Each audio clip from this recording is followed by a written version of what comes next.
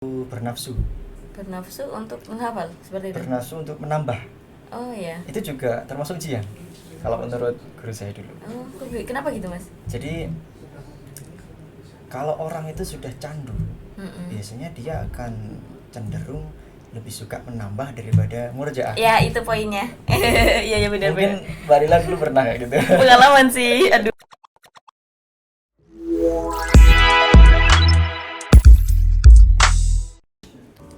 Oke, bismillahirrahmanirrahim. Assalamualaikum warahmatullahi wabarakatuh. Waalaikumsalam warahmatullahi Kali ini wabarakatuh. di segmen Santri Podcast, Santri Cendikia, Santri Santri menginspirasi.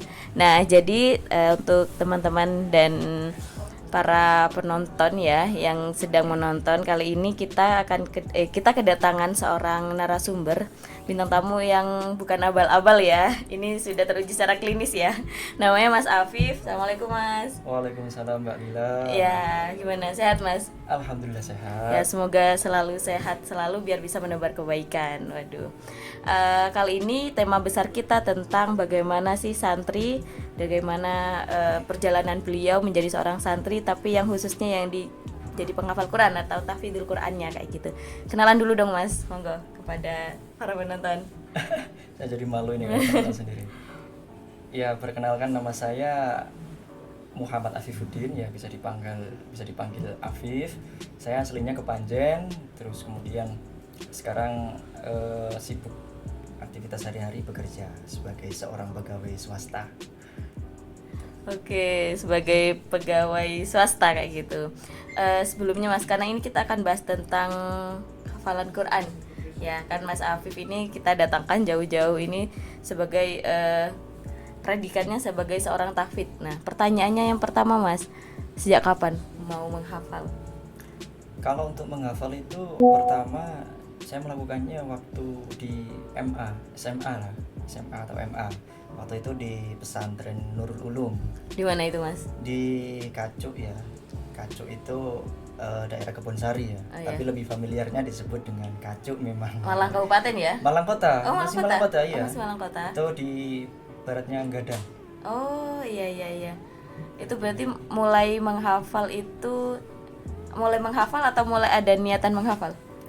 Mulai menghafal. Oh, mulai menghafal. Jadi ada niatan langsung direalisasikan Ya, gitu kan. langsung realisasikan. Itu kelas 1 SMA ya. Satu SMA. Kemudian ketika menghafal itu dari kelas, karena masih SMA ya. Kita tahu kalau SMA itu kan katanya masih kayak pencarian jati diri kayak gitu ya. Betul. Dan masih labil. Itu sampai saat ini sudah hatam nih kayak gitu ya. Itu ada sesuatu kendala nggak Mas, atau sesuatu yang kayak membuat kayaknya nyerah dulu deh gitu? Ada nggak? Kalau kendala itu tentu ada ya. Ya. Karena dimanapun kita mencapai sesuatu itu pasti ada yang namanya kendala. Dulu waktu saya pertama juga begitu. Jadi pertama saya mulai tahun 2011 ya, satu SMA itu 2011. Waktu itu di pesantren sampai tahun ketiga itu saya masih dapat 3 kalau nggak salah, 3 juz saja. Itu selama SMA 3 juz aja? Iya, selama SMA 3 juz. Enggak saja sih, udah lumayan itu ya. Terus dilanjutkan? Setelah itu dilanjutkan waktu kuliah. Nah, Nah, waktu kuliah itu sebenarnya masih tetap nyantri ya, masih tetap di Nurul Ulum waktu itu, semester 1. Tapi untuk setorannya saya ikut di kampus, oh, kalau boleh tahu kampusnya mana Mas? di Universitas Negeri Malang, UM. Oke, UM ya, jurusannya Mas? Jurusannya akuntansi. Wah, anak akuntansi bisa banget ngafalin Quran kayak gitu ya. Terus kalau tadi berarti kan dari SMA sampai kuliah pun kan tetap setoran kayak gitu. Kalau boleh tahu Mas, hatam itu berapa lama? Kalau hatamnya ya, Iya. hatam itu kalau menurut saya itu mudah sih kayaknya. Oh, ya. Mudah. Ya kurang lebih waktu itu 5 tahun. 5 tahun, oke. 6 tahun ya, dari 2011 ke 2017. Sudah hatam bolak-balik kayak gitulah ya. Bukan bolak-balik sih. Tapi pernah setoran sampai akhir gitu aja. Oh iya, benar. Itu berarti kan sudah dapat apa ya? Syahadah gitu ya. Iya. Sudah kalau menyatakan bahwasanya Ananda ini sudah selesai hafalannya seperti itu. Nah, selanjutnya Mas, kalau berbicara tentang tadi SMA sudah, terus lanjut kuliah, akuntansi lagi gitu ya, UM, hafalan. Ketika beda nggak Mas antara adanya permasalahan atau problem gitu ya, atau hambatan ketika menghafal selama SMA atau ketika kuliah, ada perbedaan nggak Mas? Atau godaannya sama aja? Kalau godaannya tentu lebih berat waktu kuliah ya. Oh iya. Karena kan waktu SMA kan posisi masih di pesantren. Jadi setiap selesai sekolah ya mau kemana lagi kalau nggak ke kamar kan kayak gitu. Oh iya, Atau iya. ya masih dalam lingkup pesantren kan kayak gitu. Bedanya kalau waktu kuliah, setelah kuliah kita bisa tergoda untuk nongkrong atau kemana, main futsal atau kemana gitu. Oh, berarti caranya membagi hafalan yang misalkan selama masih belum selesai nih, belum hatam kayak gitu ya. Membagi waktu untuk ini waktunya hafalan, ini waktunya untuk misalkan ternyata ada UAS gitu di kampus misalkan gitu. Terus ada kegiatan di luar dan ada kegiatan yang lainnya, itu bagaimana membagi waktunya, Mas? Kalau dulu sih saya nggak begitu ngambil pusing ya masalah waktu itu, karena bagi saya gini, saya sebenarnya nggak punya waktu khusus untuk menambah. Oh ya? Iya, nggak ada waktu khusus harus selesai subuh, harus selesai asar atau selesai maghrib kan Ya. gitu. Biasanya kalau di pesantren kan dianjurkan setelah maghrib atau setelah subuh kan, kalau pagi kan fresh. Iya, iya. Saya malah justru dulu itu nggak punya waktu khusus ketika kuliah, jadi waktunya random gitu. Oh, random. Iya, Tapi iya. ada target, tetap ada target, Mas. Target tetap ada. Jadi soalnya gini, kalau saya membatasi waktu, katakanlah habis subuh gitu ya. Ya. Habis subuh itu berapa jam sih? Ya mungkin jam Ya jam 5 ya. ya, ya. Jam 5 sampai jam 6 lah. Ya. 1 jam. Setelah itu kan namanya masih pelajar ya. Iya. Siap-siap sekolah. Nah, Iya, iya. kalau habis maghrib berapa? 30 menit mungkin. Iya, Udah ke selesai, Isya ya. kan Isya. Iya, iya. Setelah itu Isya. Jadi saya nggak membatasi, artinya ya selama 18 jam itu itu yang saya manfaatkan. 18 jam per harinya berarti gitu ya. 18 jam per harinya. Jadi waktunya saya ambil random aja. Saya nggak yang harus sekali duduk harus Berapa lembar atau gitu. enggak enggak. sih. Jadi kecil-kecil yang penting dikumpulin aja. Waduh, Iya. iya. Ya sama kayak orang nabung sih, kecil-kecil Sedikit-sedikit ya, lama-lama jadi bukit. Nah, begitu. kayak gitu. Kadang ada Mas bukan statement ya. Yang mengatakan bahwasanya untuk menjadi seorang penghafal itu yang pertama godanya lebih besar kayak gitu kan. Terus setahu saya kan ada punyai ini ibunya Neng Sela ya. Beliau kan mengatakan bahwasanya Al-Qur'an itu kan dikasihkan kepada memang pilihan kayak gitu. Berarti kan Mas itu menjadi pilihannya Allah untuk bisa menghafal Al-Qur'annya seperti itu kan. Ada nggak Mas kayak ketika udah menghafal ada beban nggak Mas tersendiri? Jadi kayak oh aku penghafal aku harus gini gitu. Ada nggak kayak gitu Mas? Kalau beban itu saya rasa nggak pantas ya dikatakan beban. Oh iya ya. Jadi Soalnya kenapa ya? Ya yang namanya menghafal, pekerjaan utamanya setelah menghafal ya murojaah. iya. Kalau misalkan murojaah nanti jadi beban setelah menghafal kan namanya, oh ini udah dapat 15 ini. Kan harus dijaga itu. Iya. Harus dibaca berulang-ulang tiap hari kan. Kalau itu dinamakan beban, ya lebih baik mundur aja kayak gitu. Oh iya. tapi gini sih, maksudnya bukan beban sih namanya, yaitu memang kewajiban kita. Maksudnya kewajiban itu kan sebagai syukur aja sih sama Allah kan kita udah dikasih nikmat itu kan nggak hanya oh kita punya harta, Iya. oh kita punya apa gitu, kita bisa bernafas itu kadang nggak dihitung nikmat, anggap Iya. aja itu sebagai sebagian syukur lah, kita nambahi sebuah pengabdian kepada agama kayak gitu. Ya berarti bukan beban ya, justru itu menjadi tantangan nih ya kan, karena kan kalau orang penghafal itu cerminan Al-Quran seperti itu. Tapi gini Mas, ada juga yang mengatakan bahwasanya kalau sudah menjadi penghafal Quran itu nggak boleh dilupakan, nanti jadi dosa besar, masuk neraka. Nah itu karena ada beberapa teman saya nih yang dia tidak mau hafalan gara-garanya aku takut berdosa kalau nanti aku punya hafalan terus aku lupa. Itu bagaimana? Nah ini pertanyaan bagus ini. Iya. Saya pernah waktu itu kalau nggak salah saya DM Habib Muhammad bin Anis. Oh Iseng. iya. Saya DM. Saya punya keluhan gini. Bahwasanya kalau menghafal lupa itu gimana Habib hukumnya? kalau sengaja dilupakan itu yang berdosa. Tapi kalau lupa beda lagi urusannya. Oh iya. Ya, karena kan kodratnya manusia itu kan dicipta tempatnya salah dan lupa. Iya. Nah, gitu. Jadi kalau sengaja dilupakan dalam artian nggak Emang pernah ada, dibaca, ya, emang ada kayak nggak pernah di murojaah, itu yang dosa. Tapi kalau ini udah berusaha murojaah, udah berusaha baca, tapi masih lupa, ya itu beda lagi urusannya, bukan dosa sih. Iya. Saya jadi teringat Mas, kebetulan saya kan di UIN ya. Di UIN oleh ada Kiai Nasrullah itu, beliau pernah dawuh kayak gini. Nah, untuk orang misalkan kita hukumin kalau yang punya hafalan terus dia lupa terus masuk neraka, pasti nanti yang penuh neraka itu adalah orang-orang yang lulusan MTS, MAN kayak gitu. Karena kan syarat untuk apalagi kayak misalkan ya di UIN itu di PKBBA ya, kalau di PKB yang intensif bahasa Arab itu syaratnya adalah harus hafal juz 30. Atau kalau di SMA atau di MTS ya MTS, mungkin SMP, SMA kan ada yang menerapkan harus hafal beberapa surat ya. Nah kan kalau misalkan dia sudah lupa ya, katanya gitu kan, ya berarti paling banyak ya orang-orang yang sudah ngafalin, tapi bukan itu poinnya. Dari kiai saya kayak gitu.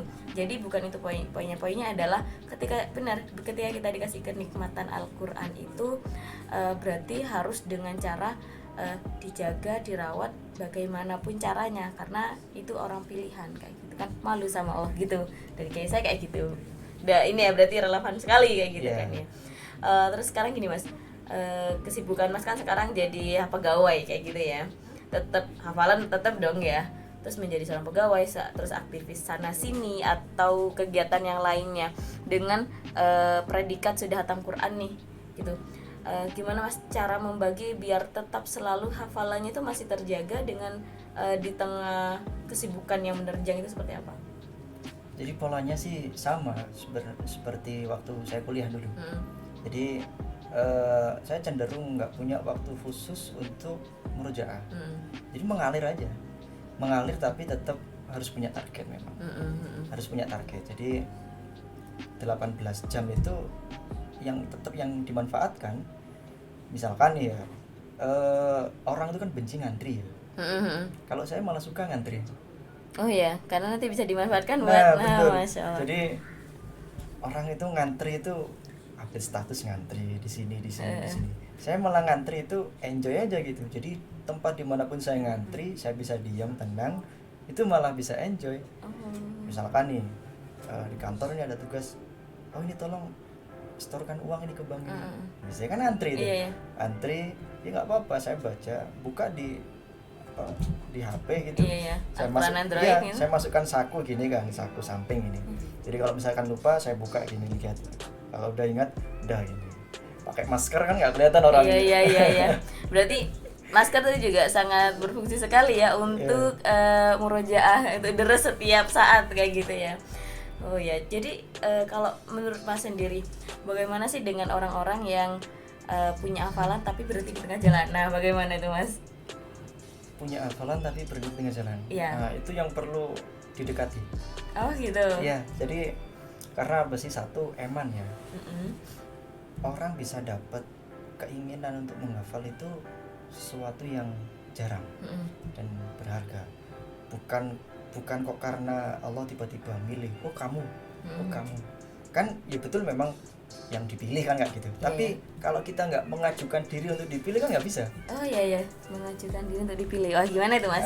Makanya kan di Quran itu kan ada bahwasanya Allah tidak akan merubah suatu kaum sampai dia merubah dirinya sendiri. Nah, ada memang Allah itu tiba-tiba ngasih keinginan kayak gitu. Kamu dikasih keinginan, tiba-tiba punya keinginan menghafal, ada. Tapi yang seperti itu mungkin kayaknya jarang ya. Biasanya itu gini. Jadi setiap atau mungkin gini. Misalkan ini Mbak Lila ya, setelah dengarkan pengajian gitu ya, si penceramah dia menjelaskan tentang keutamanya sholat duha, keutamanya sholat witir, keutamanya sholat tahajud, sholat sunnah lah gitu ya. Sholat sunnah lah. Pasti di waktu itu Mbak Lila mungkin merasa semangat. Iya, terbersit lah kayak aku harus gini gitu. Aku kepingin. Tapi belum tentu setelah keluar pengajian semangatnya masih sama. Oh iya, bisa langsung hilang ya? Gitu. Pernah. Atau besoknya gitu, udah lupa lagi gitu ya. Meskipun nggak semangat banget, tapi semangatnya udah nggak seperti kemarin. yang Pernah kan gitu? Iya pernah. Nah sebenarnya ketika sampean menghadiri pengajian itu ibaratnya sampean itu dipilih untuk ikut. Setelah itu sampean yang menentukan apakah aku ini mau berkenan nggak sih aku jadi hamba yang dipilih kayak gitu loh. Jadi sebenarnya faktornya ya ada dalam diri kita sendiri gitu. Jadi untuk para penghafal Quran nih yang tiba-tiba berhenti di tengah jalan karena ada sesuatu hal lah kayak gitu, berarti bisa yang pertama kan harus dideketin gitu ya. Yang kedua menumbuhkan kembali motivasi yang awal kali menjadi penghafal seperti apa, karena menjadi penghafal katanya Mas Afif adalah pilihan kayak gitu. Dan kalau sudah dipilih, kalau bisa jangan membuang kesempatan yang ada, seperti itu ya Mas ya. Iya betul. Waduh, ini sangat tapi dalam banget tanda ya. kutip pilihan itu bukan berarti orang ini diistimewakan sama Tuhan, enggak ya. Enggak. Gitu. Terus merasa kayak aku iya. lo pilihan enggak ya? Enggak gitu. Jadi semuanya tetap bergantung sama diri sendiri. Nah, untuk teman-teman yang misalkan berhenti di tengah jalan gitu, ya kenapa harus dideketin? Karena memang dia punya masalah, tapi dia mau cerita sama orang yang nggak ngerti basicnya, itu juga iya susah gitu. Iya, jadi ibaratnya butuh partner sama-sama orang yang pernah menghafal, jadi supaya bisa sharing. Saya yakin semua orang yang pernah menghafal itu pasti punya ujian. Oh ya, berbicara ujian, kalau Mas sendiri pernah nggak ngerasa kayak capek banget nih ngafalin ternyata kayak gini, terus ada terbersit kayak mundur aja deh gitu, ada nggak kayak gitu Mas? Kalau untuk mundur itu alhamdulillah sampai saat ini belum pernah. Alhamdulillah. Terus ya. Merasa capeknya? Kalau capek iya. Capek itu manusiawi ya, iya. Sifat manusia, capek manusiawi. Jadi kalau untuk mundur ya alhamdulillah, mungkin ini berkat doa orang tua juga ya. Sehingga niat mundur itu dari awal sampai akhir memang belum ada.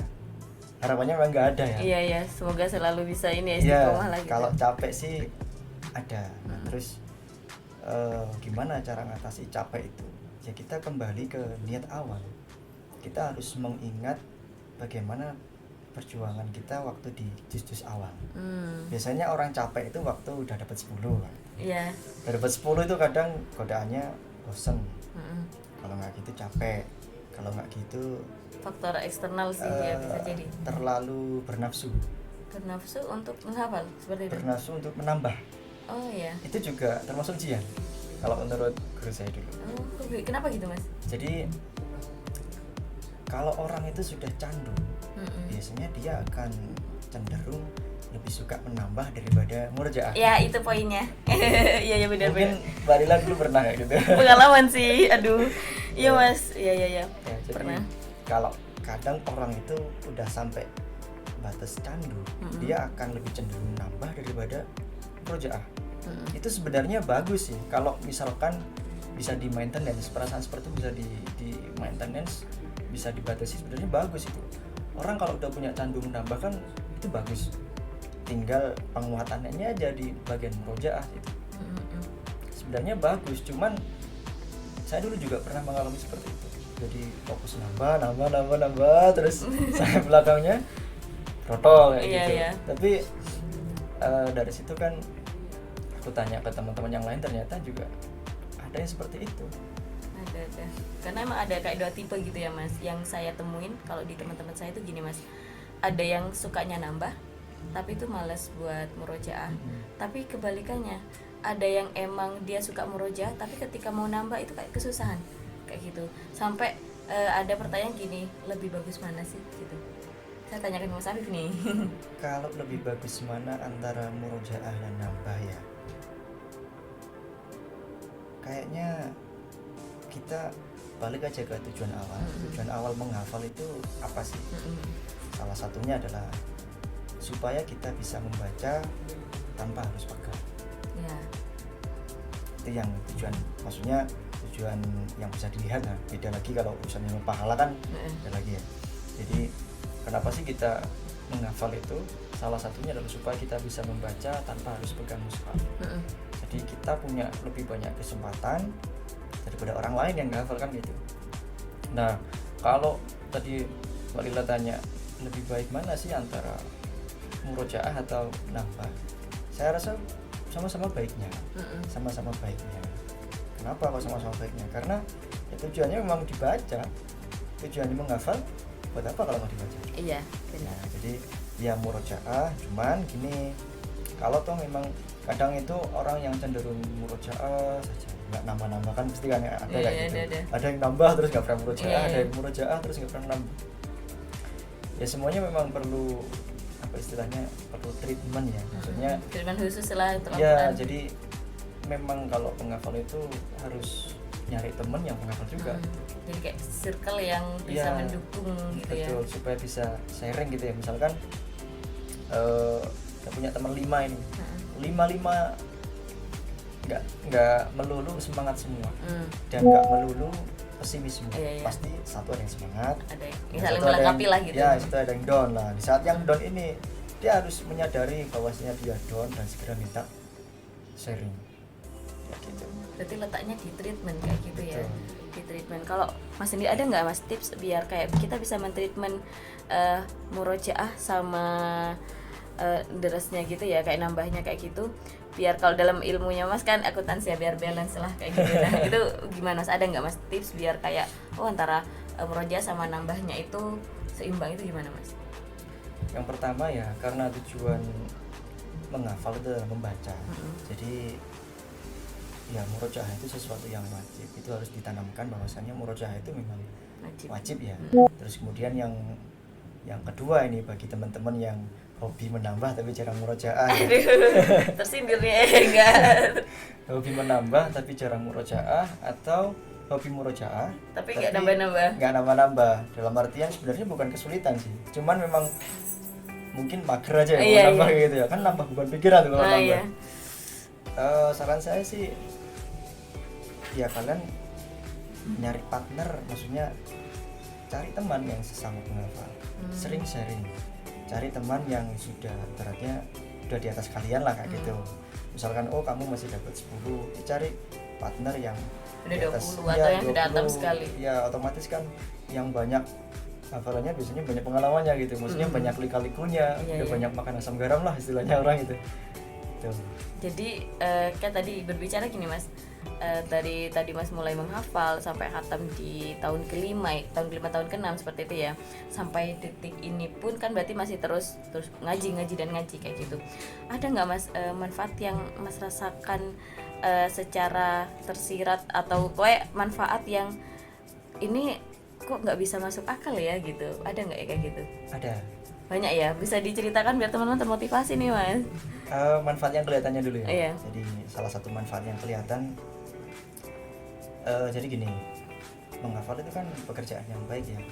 Jadi ketika kita melakukan pekerjaan yang baik, otomatis dalam diri kita nggak ada potensi untuk melakukan keburukan. Oh iya, karena malu kan. Iya. Tapi di sisi lain, saya juga bukan orang yang suci. Saya juga istilahnya punya potensi melakukan dosa. Cuman karena kita belajar untuk menghafal, sehingga potensi dosa itu bisa kita kurangi. Ibaratnya kan kayak gitu. Diminimalisir lah. Ya, diminimalisir. Nanti ada orang yang tanya, saya masih banyak dosa ini, saya takut menghafal. Sebenarnya jangan nunggu kayak gitu. Justru dengan nanti kamu menghafal, mungkin nanti Allah akan tunjukkan, kamu jangan gini loh. Nanti kamu jadi gini loh. Jadi nggak perlu nunggu yang suci sekali ya. Iya, gitu. Kapan hafalannya nanti gitu kan? Iya betul. Tadi pagi saya nggak sengaja lihat story teman, dia post tentang Gus Baha ya. Yang dibahas adalah sholat. Ada pertanyaan gini, Gus, sholat gunanya apa kalau misalkan masih tetap berbuat maksiat? Iya. Nah, karena itu relate banget ya. Iya benar. Maksudnya gini, relate banget. Saya takut menghafal, toh aku masih banyak maksiatnya kayak gitu kan.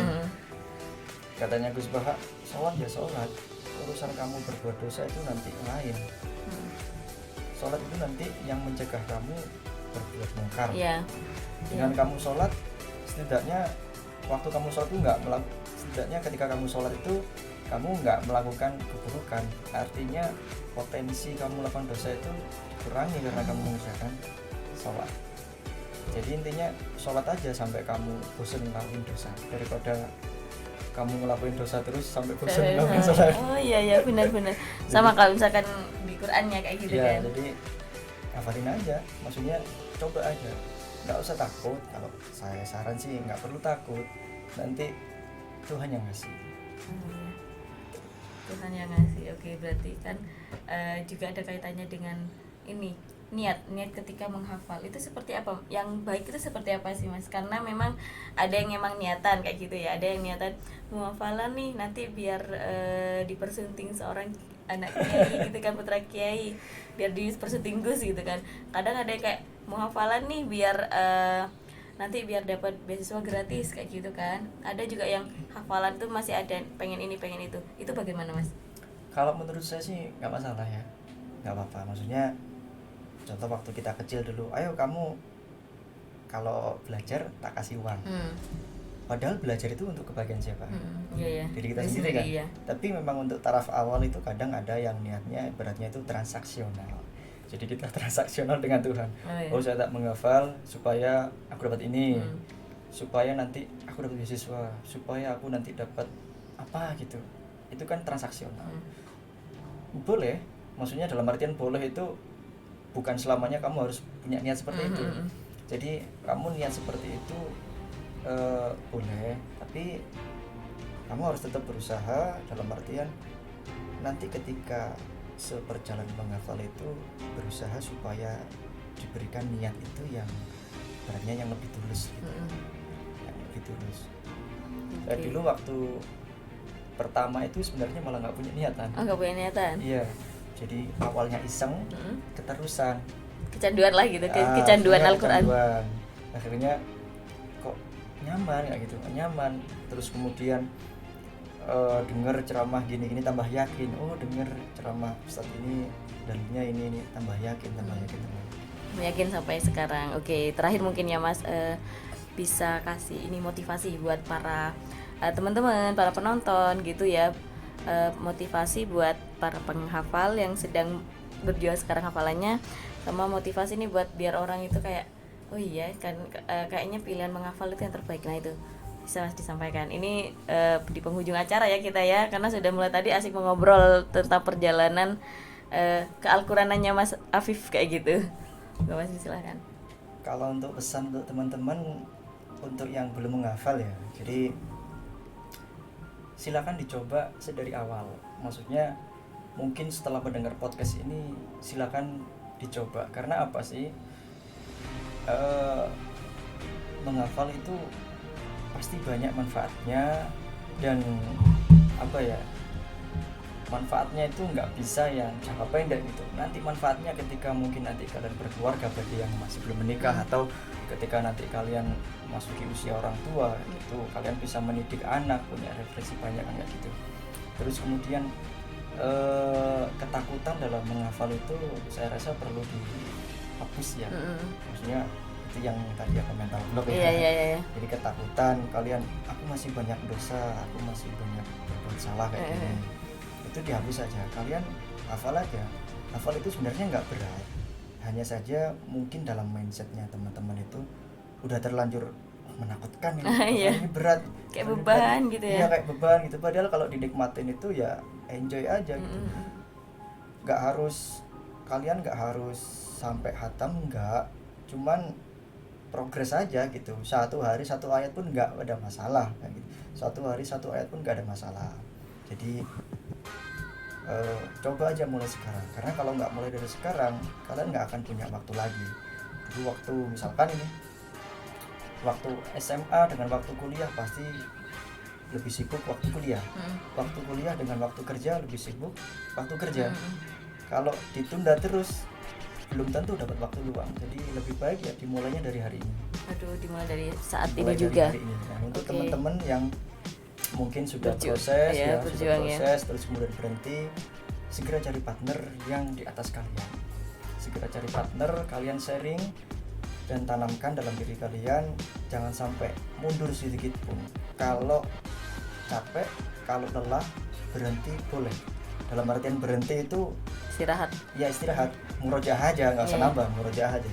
Berhenti aja nggak apa-apa. Tapi jangan sampai mundur, karena ketika kalian mundur, ya sejak saat itu kalian kalah. Kalah melawan hawa nafsu sendiri ya. Iya.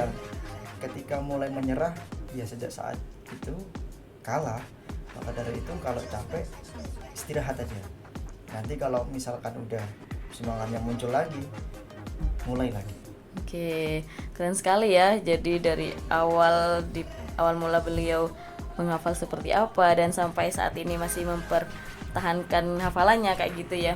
Mungkin kesimpulan yang bisa saya dapat nih Mas, untuk menjadi seorang penghafal ya udah dimulai aja dulu gitu kan. Ibaratkan kita mengayuh sepeda gitu ya. Kayu aja, nanti masalah gimana ya udah serahkannya sama Allah gitu kan. Betul. Ya kayak gitu ya.